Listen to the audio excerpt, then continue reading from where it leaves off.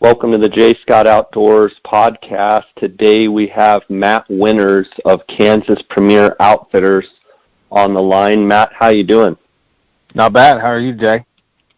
Good. I wanted to get you on the podcast. I'm a fellow DSD Decoy user, and I actually had a podcast with Brad Cochran, and he wanted me to ask you how many energy drinks have you already drank this morning?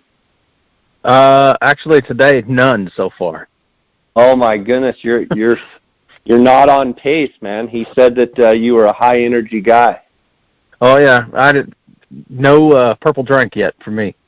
I will though here in a little bit, because when we get done, I got to go start throwing cameras up and check turkeys. Okay. Well, Matt, one of the reasons I wanted to have you on is you were kind of instrumental in painting the Dave Smith Decoy, the Jake, and the Strutter, and painting a white face on it and having really good success with that. So I want to get into that. Before I do, I want to give you a chance to tell the listeners a little bit about your operation, where you're located, kind of when you started, and what you guys focus on with your guiding. Jay, we're based in Emporia, Kansas, is where our outfitting business is. And what do you guys focus on as far as guiding? I assume your deer and turkeys? Yes, correct. We run deer hunts in the fall, turkey hunts in the spring. So if you had to choose, is there one animal that you like better than the other? Oh, that's a hard one right there. Well, I don't know. Them turkeys got something special. I don't know. I'd have to in the fall, I would have to say I'm going for the deer, but in the spring, I got to go for them turkeys. That's like my wife always says, whatever's in season.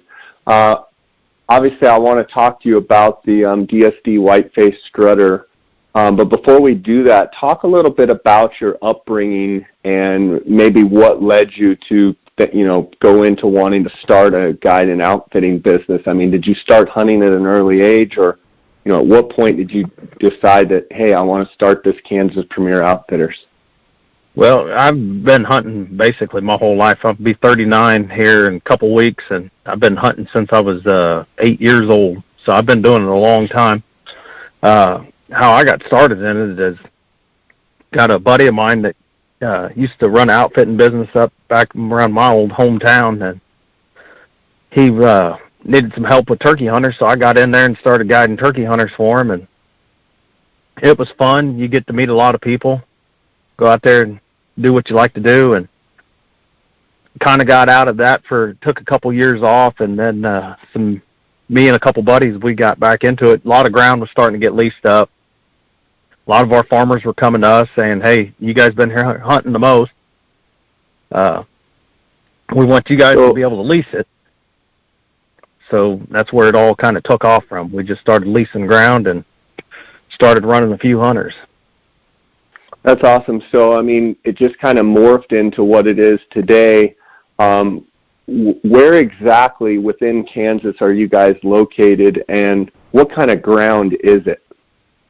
We're more on the eastern side of Kansas, based out of Emporia, Kansas. A lot of our ground's flat around here, ag ground. There's some decent amount of timber. It just depends where you are, but it's a lot of flat ground, ag ground.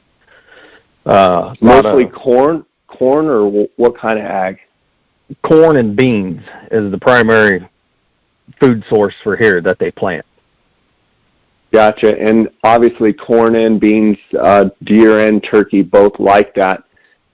Is it a function of, there's a ton of Kansas that has quite a bit of woods as well. Do you have plenty of cover for the deer and turkeys, or is it such a thing that there's limited cover and it kind of, you can kind of pinpoint where those birds are going to roost? We're right on the edge of the Flint Hills. So, you get certain parts have a lot of timber. There's always timber on about everything. A lot of creeks, so you got a lot of creek bottoms. We do have two major rivers that come right through our area, so you got a lot of river bottom ground.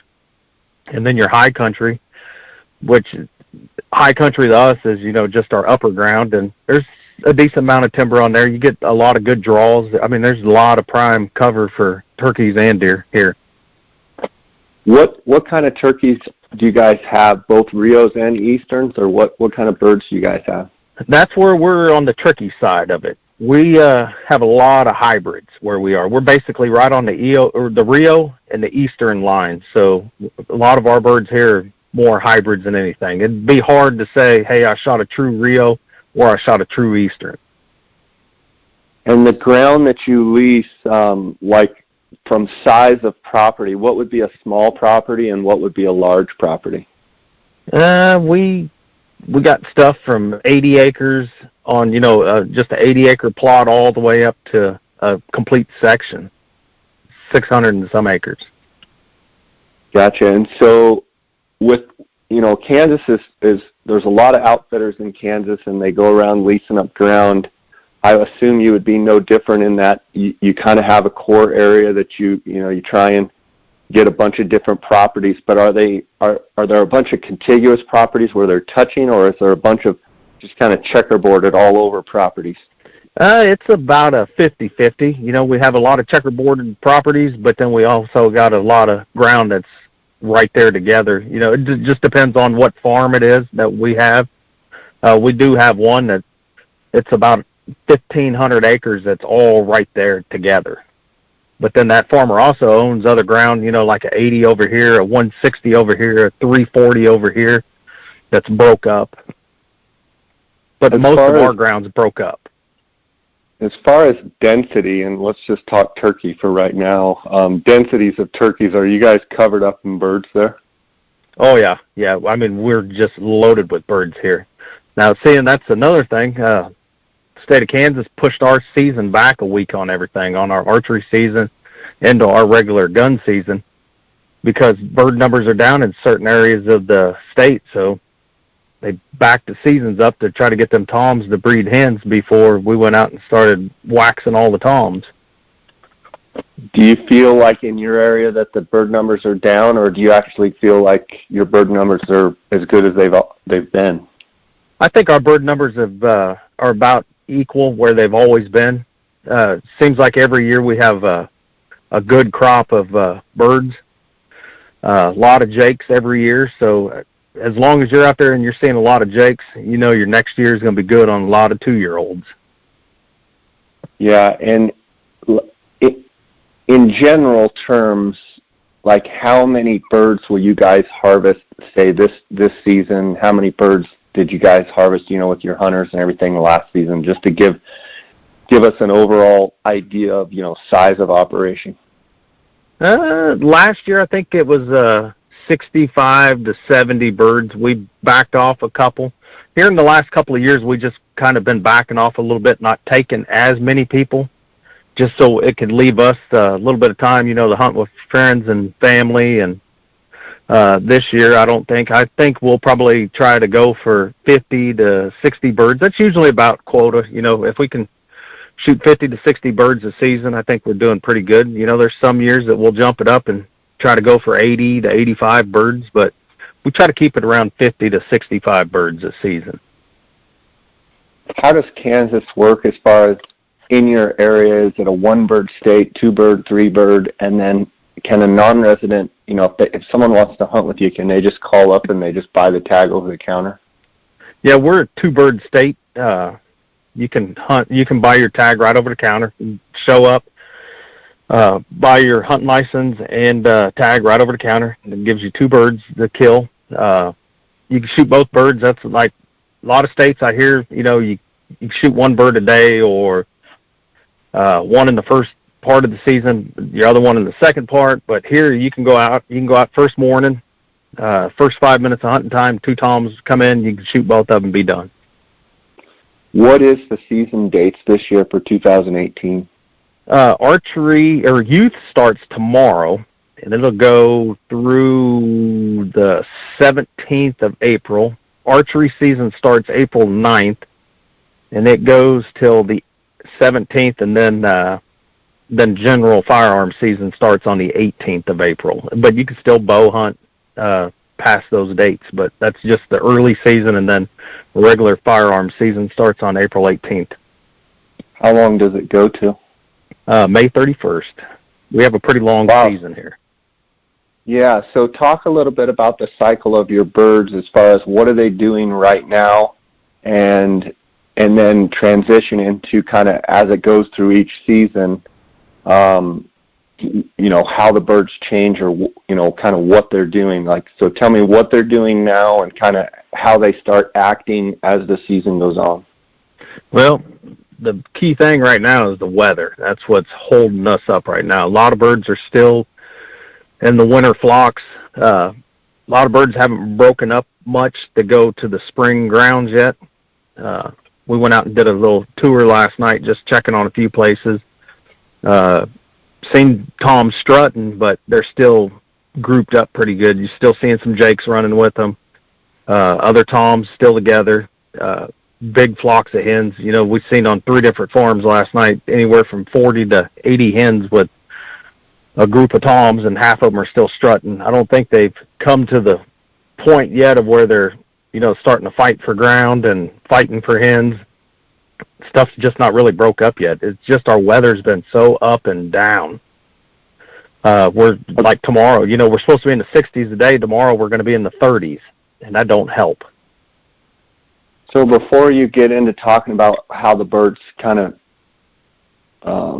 what their behavior is after this kind of period, I just got a couple questions. So what I hear you saying is they're kind of winter flocked up. The toms are strutting, but they're still in their big groups. Talk about the challenges talk about the pros and cons of hunting birds in the stage that they're in right now when they're in a big group. It's tough right now. What we'd have to focus on is trying to get to the food source that they're using and go out there and hope for the best. If you can call the hens in, you definitely have the toms. But you will have toms right now that are in the big groups that will break off and come to you. We usually run 4 or 5 decoys with a strutter or jake, and usually you can get them to break off and, have 1 or 2 toms come over and check you out. But it's tough hunting right now when you got big groups together right now still. So in this period when you've got big groups, are you focusing on them right off the roost, or like you said, are you going to the food and waiting for them to come to you? We're basically going to the food, waiting on them. The cool thing about where we are, a lot of birds roost right next to the field, so they can pitch right out of the tree right into the field where we hunt. It's a lot of our ground around here, with not a lot of timber, but usually you got a food source right next to the timber, and a lot of the birds will just roost right there and just pitch right out of the tree right into the field first thing in the morning. Okay. And then as the season moves on here with time, you were talking about, it's tough because the toms are all with the hens. Talk a little bit about the breakup and how that becomes a little bit easier to target birds once they start breaking up. Well, once the weather starts cooperating with us, we start getting that little bit warmer weather. Birds will start breaking up, getting to their spring grounds. It gets a lot easier, because usually you'll get the toms where they're not roosted right up next to the hens. They're close, but if you can get in between them and the hens, you pretty well got a good chance of taking a bird. It'll break up and it'll get a little better, but our key thing is weather. Once we start getting that weather, get them starting to break up, birds start getting anxious, then they start doing their pecking orders, for breeding rights. When do you anticipate? So what I hear you saying is the weather is a little funky right now. It's still a little cold. It hasn't warmed up yet. When, in your area, when do you see the most breeding? Usually a lot of the breeding's in the early stages of, in the early parts of the turkey season. So here from now through the next 2 to 3 weeks, you're going to see a lot of breeding going on, and which is good because, there are a lot of hens in our area. So once them hens start getting bred, then that's when turkey season, here in the next, I would say middle to into April is when it'll turn on pretty hot here. Could a lot of hens be bred? Toms will get out and really start searching for hens ready to be bred. As the season moves on, into May, you obviously go to May 31st. Is there any dead period where it gets real tough, or does the hunting stay pretty darn good all the way to the end?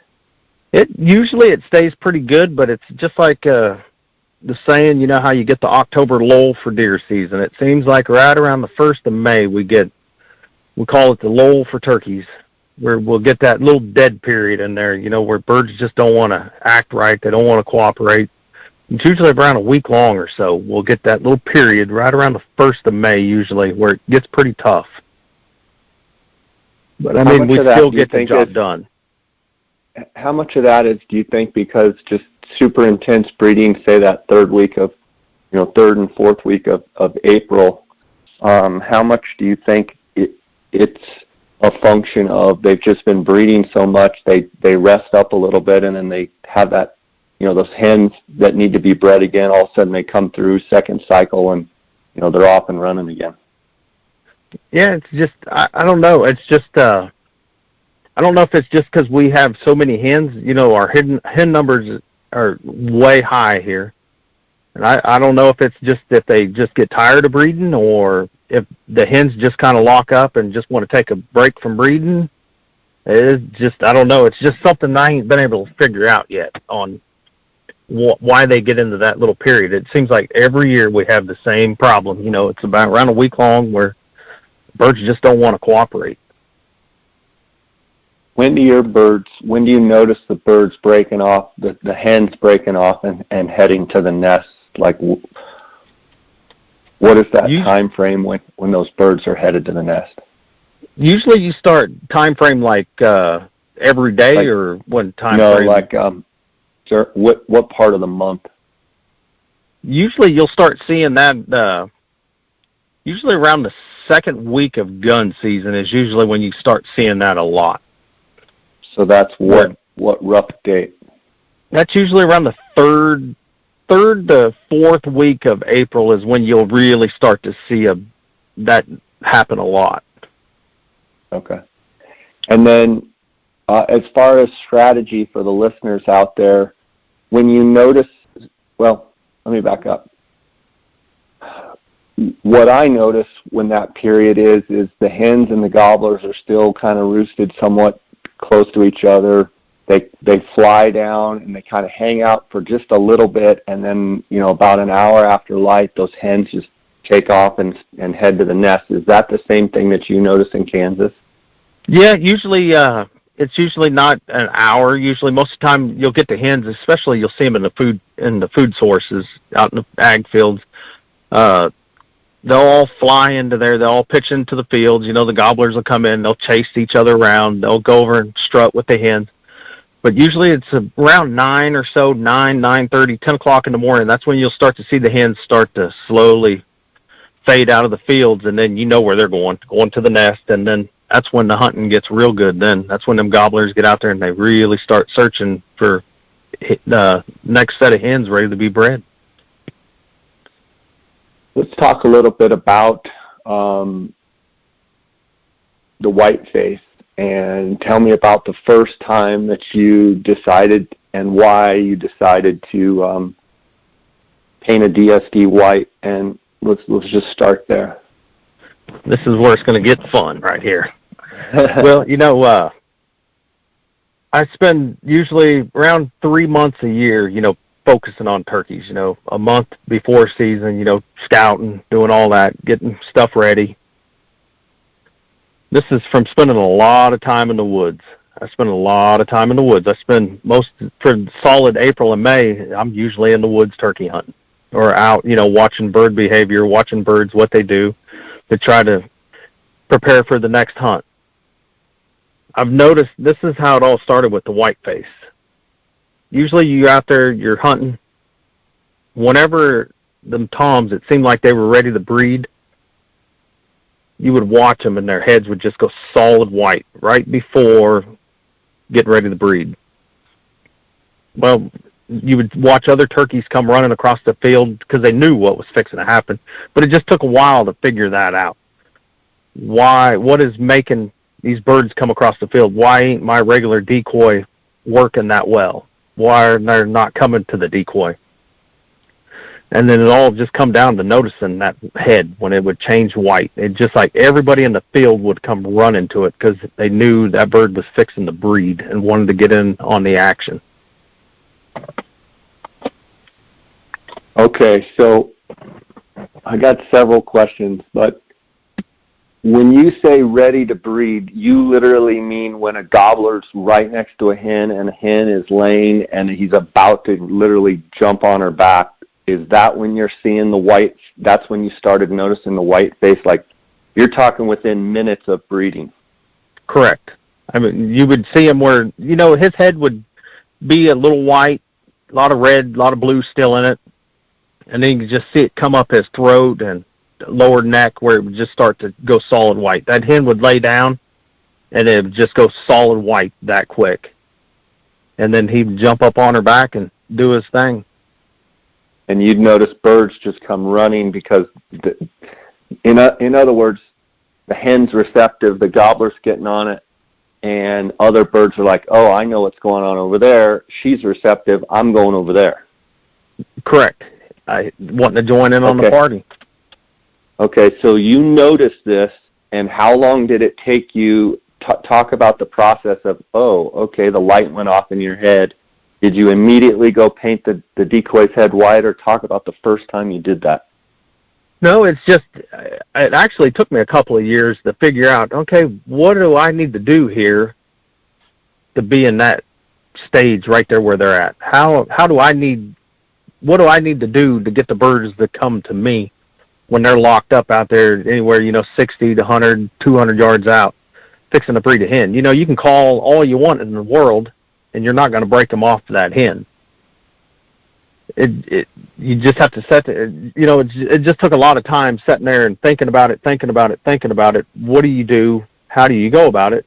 So what I did is, after it happened for so long, and I couldn't figure out how to change them birds to get them birds to come to me, that's when I got to thinking about, all right, what about if I paint a strutter and try, the white face and see if that would help? So what I did is I got a hold of Dave and Brad from DSD, talked to them about it, and asked them, and that's a pretty serious question, to talk to somebody who that's their decoys, and to go altering what they built.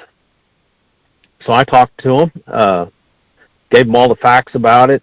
We talked about it, and they said, well, we'll agree upon it. We will paint you a white face strutter and send it out to you, and you just see if it helps. If the success rate goes high, if it'll work. If it don't, honest opinion. So they painted up a white face to me, sent it to me, and we tried it the following season right out of the gate, and it was just dynamite. Unbelievable results with it. Okay, so they send you the white face decoy. Talk about, literally, do you remember the first time you put it out? I mean, what happened? First hunt that I put it out on was during youth turkey season. I knew the birds would be in there. Took a kid out with me, him, and his father.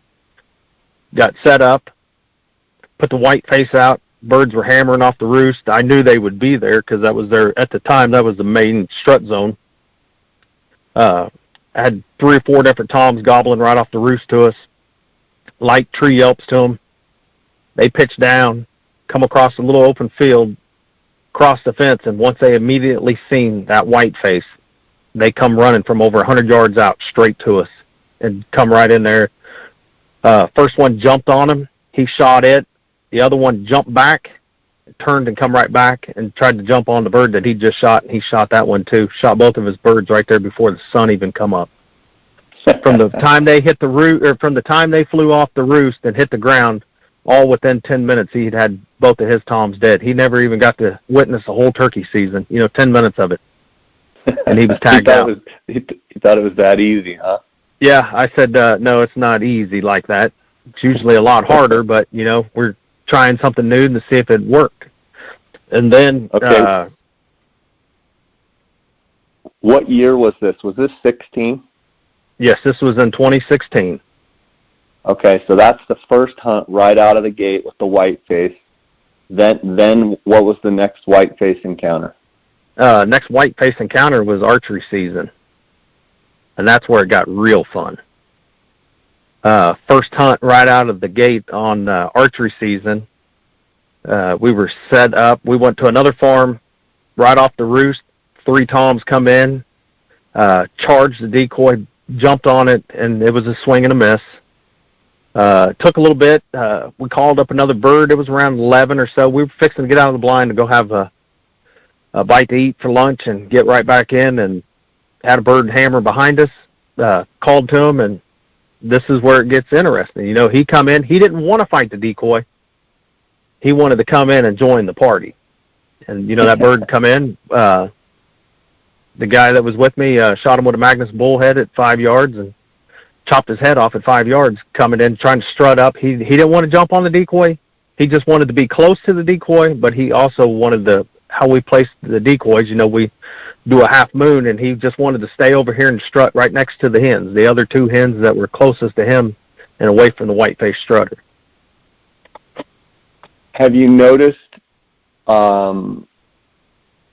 now you've used it a couple seasons, have you noticed the aggressiveness of birds, of toms, when they see the whiteface? Do they want to come in and fight more than when the red, white, and blue head, the normal, head on the DSD, do they want to come fight more, or do they just come to the spread? Like, do they come aggressive and wanting to fight, or do they come in strutting? I'm trying to get a behavioral look at, do they come in just strutting the whole way in, or do they come in mostly running and aggressive and jump, attacking the whiteface? That's a 50-50 right there. You will get half birds that do want to come in and charge it and beat it up and try to push it out. Then you'll get the other 50% that just want to take their time. They're not in no hurry to get to you. They're coming. They just want to strut up there and just want to join the party, but don't want to fight. Just kind of want to come in and, hey, you got 2 or 3 hens over here. Let me stay over here with this 1 or 2 hens, and let's just be friends and do this together. So it goes both ways. Okay. This is where it's going to help you as a hunter. Yeah. At what point did you decide to go with the white-faced Jake? And what was the response on the white-faced Jake? Well, I ran the Strutter. The first year I ran the regular DSD head color, the red and white and blue head color. I ran that for the whole season. Then the following season, we went into the solid white-faced Strutter the whole season from start to finish. Then the next year after the white-faced Strutter, I got a hold of Brad and Dave, and I said, hey, let's do up a Jake. This is for more running and a gunning, where right. You're doing a lot of running and gunning. You don't have time, to put the Strutter together, put the fan on, the wings on, where you're trying to cut down on what you're carrying when you're trying to run and gun on birds. So I told him, I was like, let's try a white-faced Jake and see what happens with that. And it's kind of gone both ways.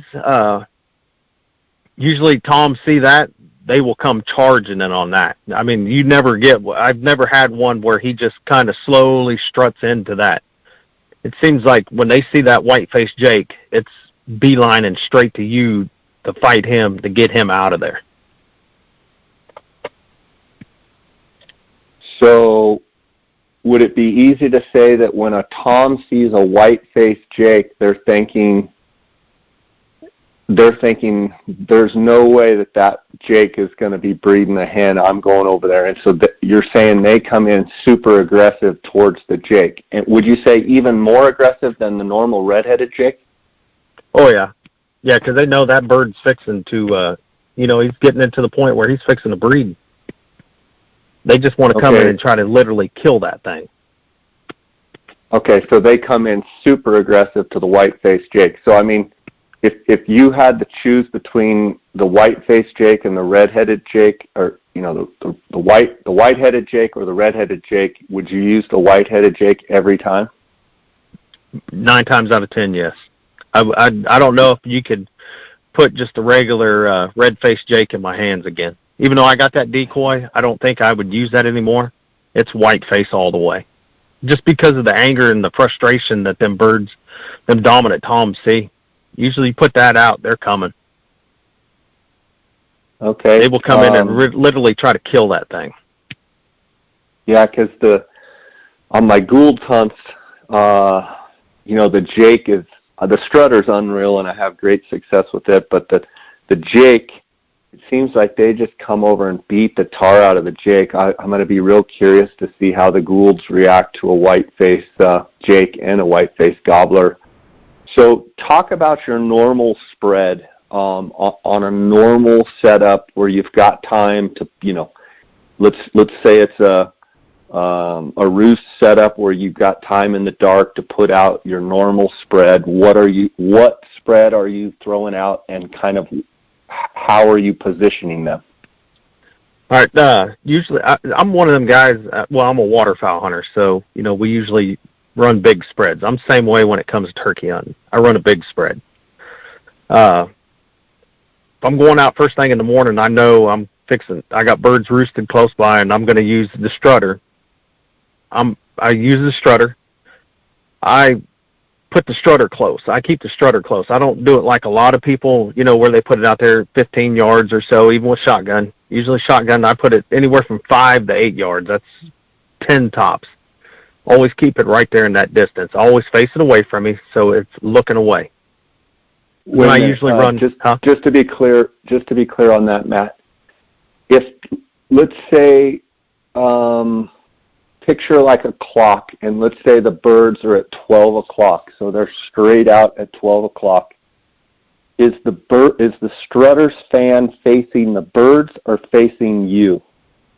Facing the birds, facing away from me, facing the birds straight at 12 o'clock. Okay, so the head is facing you, and the fan, the butt of the Strutter, is facing the turkeys.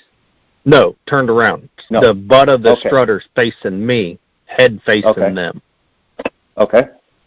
I've just always had better luck with it when they can see it. And the good thing is when it's facing away from you, tail fan's facing you, the head's facing away from you, you got birds that can come all the way around you. If we're in the timber, edge of the timber, looking out into the field, you got birds that can come up either side of either side of the edge of the field, and then birds that can come straight out from you, and they got eyes on it the whole time. They can see the head color the whole time. Okay, so in other words, you're not surprising a bird. Okay, so in other words, usually what I do is if I know where the birds are going to come from, I put the fan facing the birds so that the birds can see the fan and know that they can run up on that turkey, and that bird that's fanned out can't see them. But you're using a white face head, and you're actually using that white face to your advantage. So what you're saying is you want to turn it around and basically face the white head at where you think the birds are coming from. But a lot of times you're on a field edge, so in that 12 o'clock type of position, you've got timber behind you, so you want that white face facing right at the birds, but you also want birds that come in from your left and right to be able to enter the field and look and see the white face, whereas if the white face was facing at you, they might not be able to see it. You kind of want to expose that white face to as much visibility as possible. Is that correct? That's correct. I just think you'll have a better success rate. Birds will see it. That's what's drawing them into you. They're seeing that white. They know, hey, he's fixing to breed. We got to go over there and take care of this. Okay, so you're setting the visibility. The white face Strutter close, and then how does the rest of your spread fall out? I usually on an average hunt, I usually use 4 to 6 hens with me. I'll put a submissive in front of the Strutter, 3-4 foot in front of the Strutter. That's just to give birds enough room when you do get toms in there where they can go all the way around that Strutter. if they're not going to jump on them, just to give them a little bit of a buffer zone to circle around them where they're not stepping on decoys. Then I take my rest of my hens, and I usually do a half moon shape. So I got my strutter facing away from me, and I'll start my first hen at my 9 o'clock, and I'll put one at 9 o'clock, 10 o'clock. I got my another hen out there at 12 o'clock, and I got another one at usually 1 to 2 o'clock, and another one at 3 o'clock. So I got a half moon far enough away, all the furthest decoy is no further than 18 yards or so, and that gives birds enough. So if I get a bird that comes in off my side, either side, I got enough hens over here that he can strut with them. If he don't want to come in and attack the white face, well, this bird feels comfortable. Hey, you can take care of those over there. Let me sit over here and strut with this 1 or 2 hens over here, vice versa off either side, or coming straight in. So in other words, you don't, each hen is what? How many steps from each other? 5 steps? 3 steps? 8 steps? How many? It depends. Usually anywhere from 5 to 8 steps in between each one. Okay, so in other words, you want to leave the option that if a bird comes in from the side and they're not an aggressive bird, that they can still come in and be close enough to one of the perimeter hens and feel comfortable strutting and kind of, standing around that hen, still be in gun range, but not so close to the strutter that they're going to hold up. That where there's enough buffer between the strutter and those hens that if they're not a super dominant bird, that they're still going to come to the spread within range. Correct, and that gives them enough that, hey, you're over there, I'm over here. We'll keep our distance away from each other, but now I got something that I can strut next to. Okay. And then it's been ungodly results. Do you ever run a Jake in that spread, or do you only run the white-faced strutter in that scenario? Only white-faced strutter. I never run a Jake and a strutter together, period.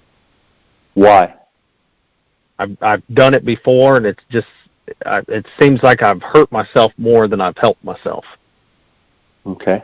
Is that, in your mind, do you think that's like, here's a gobbler with hens, and he's allowing this Jake to be in his spread? That doesn't make sense type of thing, from a bird looking at the spread situation, is if that bird was so dominant, he would not allow that Jake. Correct. Yeah, he wouldn't want nobody else up there with him. Okay. What we've noticed around here, we usually have a bumper Jake crop every year. Usually when you get Jakes coming in, Toms will run them off. Toms usually don't allow Jakes around them here. Okay. So that's usually why we don't put a Jake out with the strutter. It's just, it don't look natural around here for what we do, because you don't get Jakes and Toms running together during breeding season, and when you just don't see it. So that's why we don't use it like that. I just don't want to hurt myself. I've hurt myself more. That's from years of hunting, and just figured out, hey, this ain't going to work. Let's not even try that. Okay. Good stuff. Good stuff. So you've got this half moon, and in essence, you've got the submissive hen and the white face kind of right close to the blind, but kind of in the center, and then you've got the half moon out.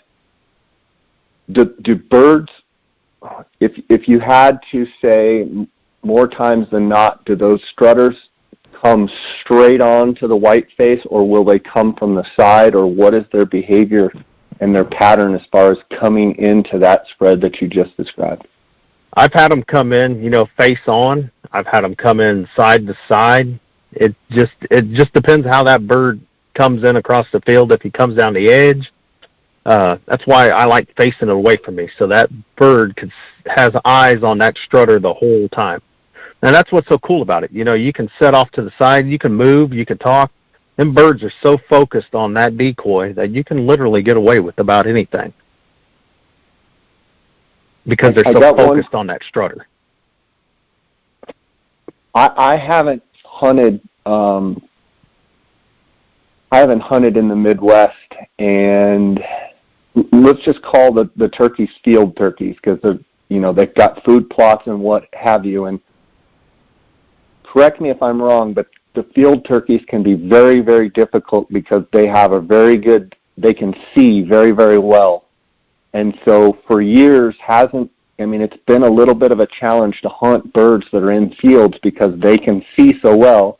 And if they see decoys, or prior to this whiteface, if they can see decoys, they want to see movement. They expect birds to come to them. Talk a little bit about the challenge of hunting field turkeys where they can see so well.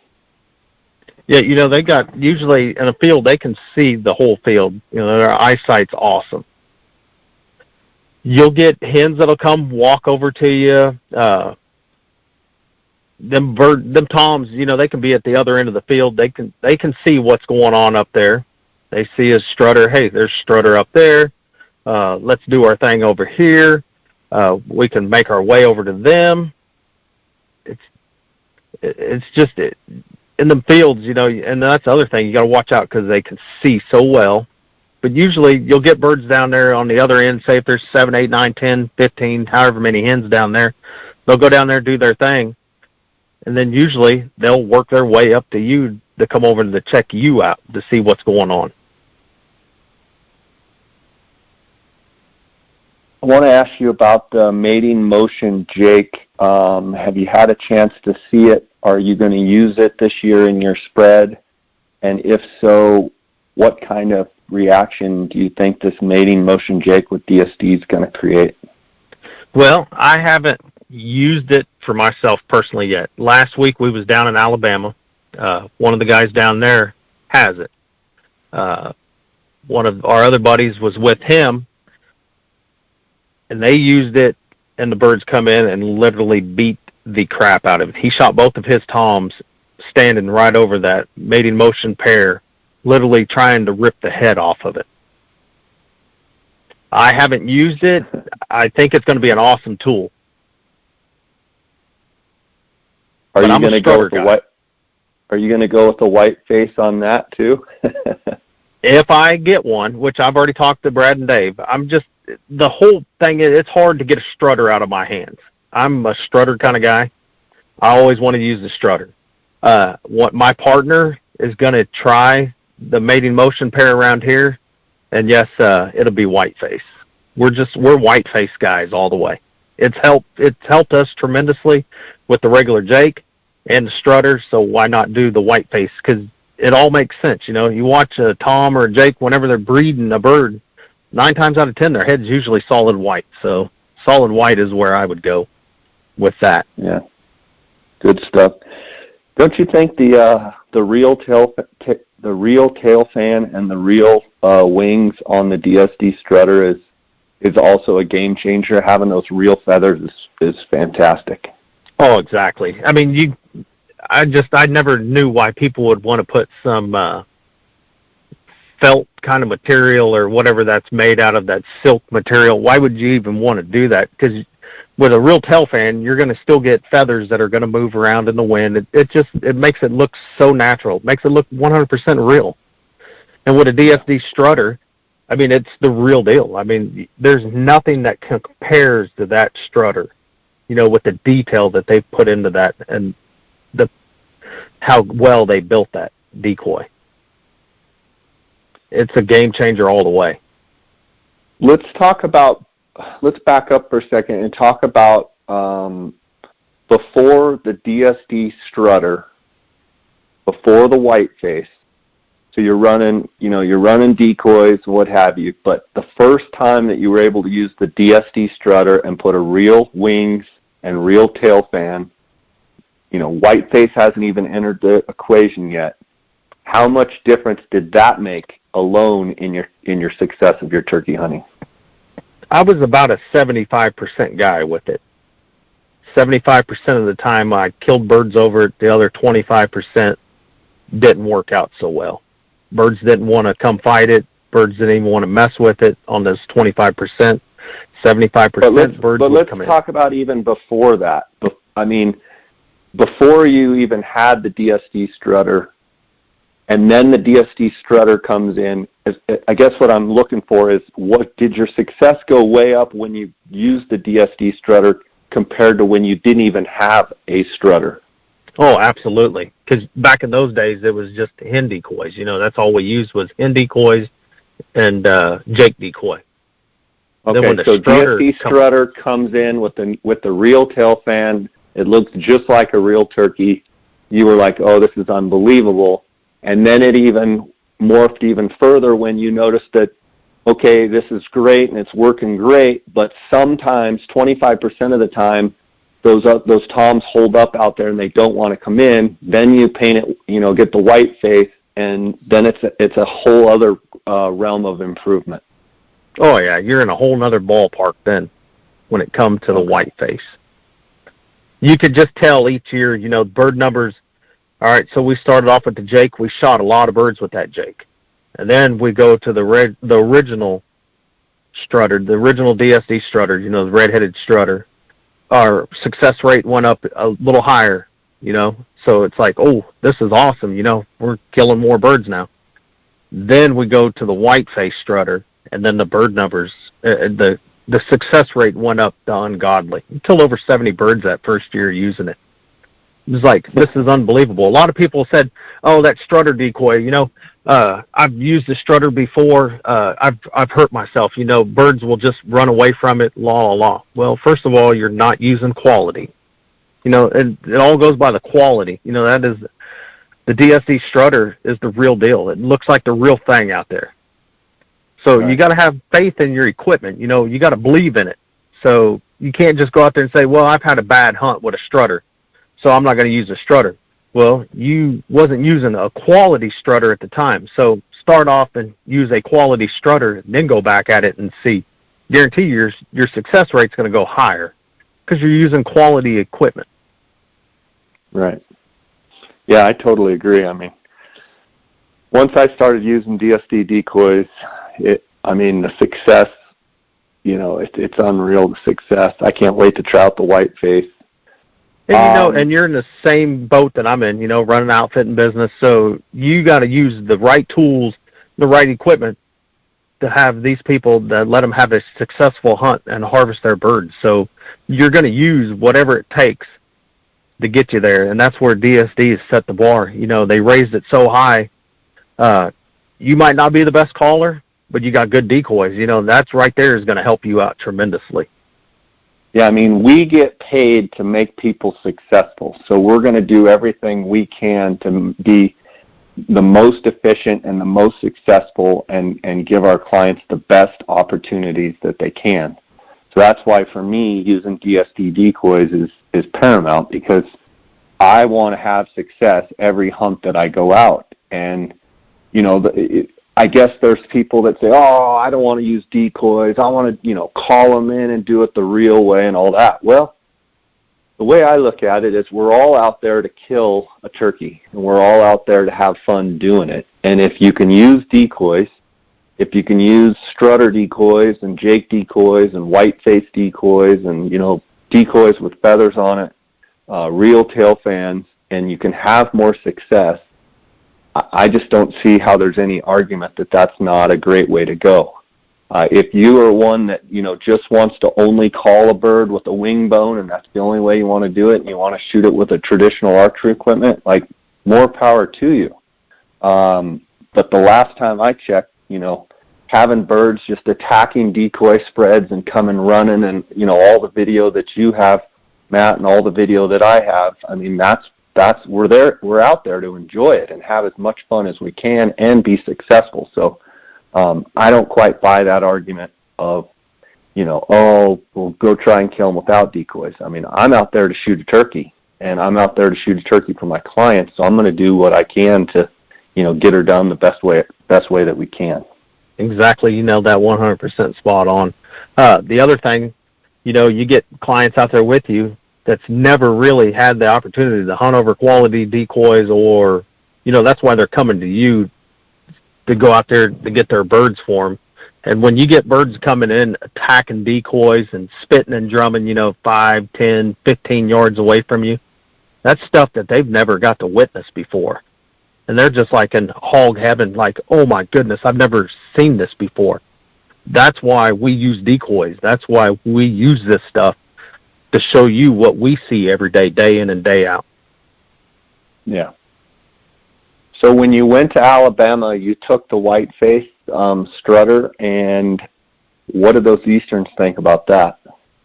We actually went down there last year and used it, and the southern birds are a lot harder birds to hunt. They always say the southern birds are hard birds to hunt.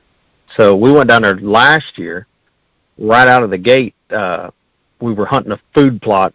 These are all pines where we hunt down there. We were hunting a food plot.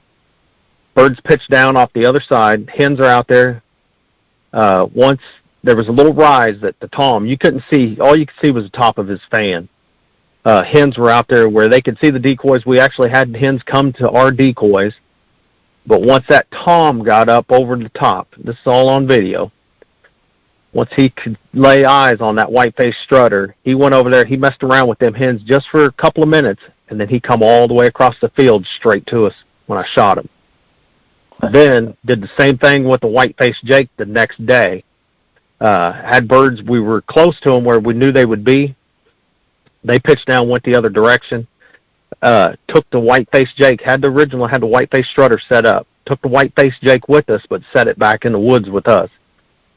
Then we knew it was time that, hey, these birds ain't coming, they're going. Now it's time, let's go make a move on them and run and gun. So we took the Jake with us. We sat on the backside of this little knoll, called the bird back up. Once he laid eyes on that white-faced Jake, here he come. He left his hens to come over here to try to run him away, and he met his maker. This past season, we did use the white-faced strutter, but it ended up being, we had to do a lot of running and gunning. The weather was horrible down there. Birds just weren't, breaking away from the hens. So we had to go to them. They weren't coming to us, so we had to go to them down there in that thick pines and stuff, so chose to leave the strutter behind. Let's take a Jake. Let's go. And we just made a lot of boot tracks and got in on a couple good birds that wanted to play, and it's what we used, the white-faced Jake and 2 hens, and it worked. Matt, it's been awesome talking to you, and it got me super pumped about the white-faced DSD decoy. I want to give you a chance to let the people, the listeners, know where they can reach you. I'm also going to put KansasPremierOutfitters.com on the show notes of this podcast when it airs, and why don't you tell people how they can reach you for a deer hunt or a turkey hunt? You can call me by my cell phone number, 785-375-3062. If you want a turkey hunt or deer hunt, you can reach me at that number and we can talk it. Or if you got a question about a DSD strutter or the white-faced Jake, how to help me out, if you can throw me a couple tips, hey, I'm always open to helping fellow hunters out, that are DSD supporters, and whatever I can do to help, I'm here to help anybody. So good. And also, for you listeners, follow Matt on Instagram, and his handle is migrate1. So MIGR8OR1. MIGR8OR1. Make sure to follow him on Instagram. You can send him a direct message there as well.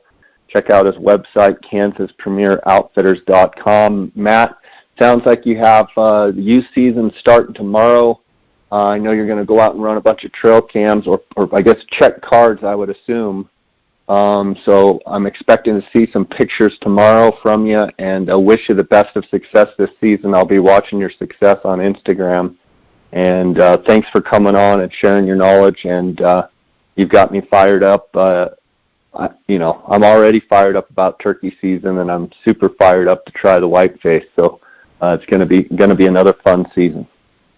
Absolutely. I wish you the best too, and we'll just compare notes at the end, and we'll see how it works out for you. I know it's going to be a game changer for you. You're going to see awesome success rate over it. So I'm kind of pumped and anxious to see what it is at the end of season, what the stats add up to be.